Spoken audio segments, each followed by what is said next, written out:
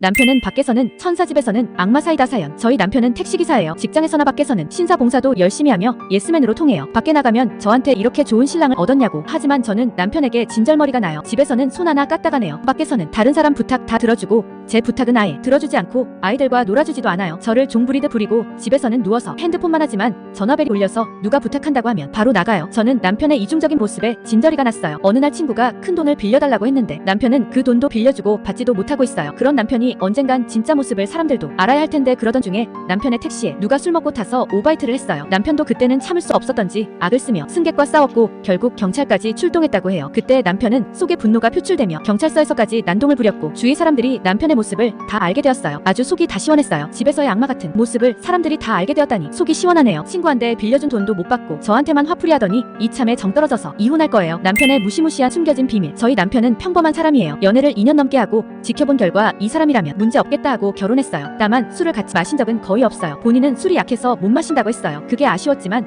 오히려 더 좋았어요. 결혼하고 명절 때도 술을 입에 안 댔어요. 그러다 저희가 집들이를 했는데 남편의 고등학교 친구들도 왔어요. 친구들이 남편에게 술을 권했는데 남편이 못 마신다고 하자 친구들이 비웃으며 너 술 좋아하잖아 그러는 거예요. 저는 이상했지만 넘겼는데 남편이 딱 한 잔만 하겠다며 마시더니 그 이후로는 멈출 줄 몰랐어요. 그리고 남편은 2차를 가자며 밖에 술집을 까자고 친구들을 데리고 나갔는데 남편은 운전을 하려고 했어요. 저는 운전을 못하게 말렸어요. 친구들은 이때 비웃으며 이놈 또 그 버릇 나오네 하며 술만 마시면 운전대를 잡으려고 하네 그러는 거예요. 뭔가 그때 촉이 오면서 남편을 집으로 끌고 갔어요. 일단 재우고 다음날 음주운전을 한 적이 있냐고 물어봤어요. 남편이 당황해하며 없다고 하지 당장 음주운전 경력 서류를 떼오라고 하자 남편은 그제서야 이번이나 음주운전을 한 적이 있다면서 자기의 나쁜 버릇이라고 그래서 술을 끊었다고 했어요. 저는 남편의 차를 없애버렸어요. 다시 한번 음주운전을 하면 이혼이라고 하니 남편도 벌벌 떨면서 절대 그런 일 없을 거라 하네요. 모텔비 아까워 고시원으로 가자는 남자친구와는 소개팅으로 만났어요. 저는 모태솔로라서 이 남자가 그냥 좋았어요. 저의 첫 남자친구라는 게 좋아서 사귀는 게 어떤 걸까 설레이면서 사귀었어요. 저는 지방에서 수도권 쪽으로 대학을 다니고 있었어요. 집에 사정이 여의치 않아 고시원에서 살고 있었어요. 남자친구와 관계를 가질 때 제가 알기론 모텔을 가는 것 같았는데 남자친구는 돈 아깝다면서 제가 살고 있는 고시원으로 갔어요. 고시원은 방음이 잘 안 되어서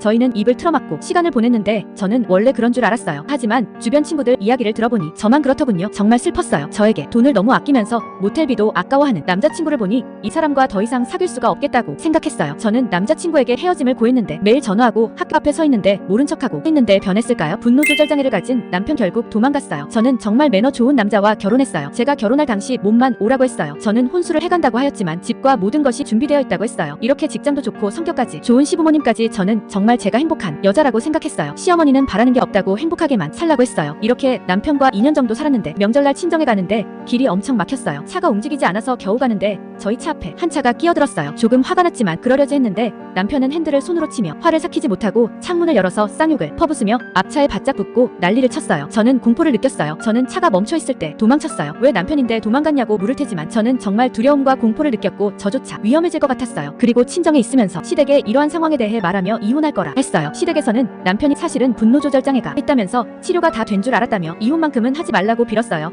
저야말로 더 큰 분노에 이혼 소송을 걸었어요.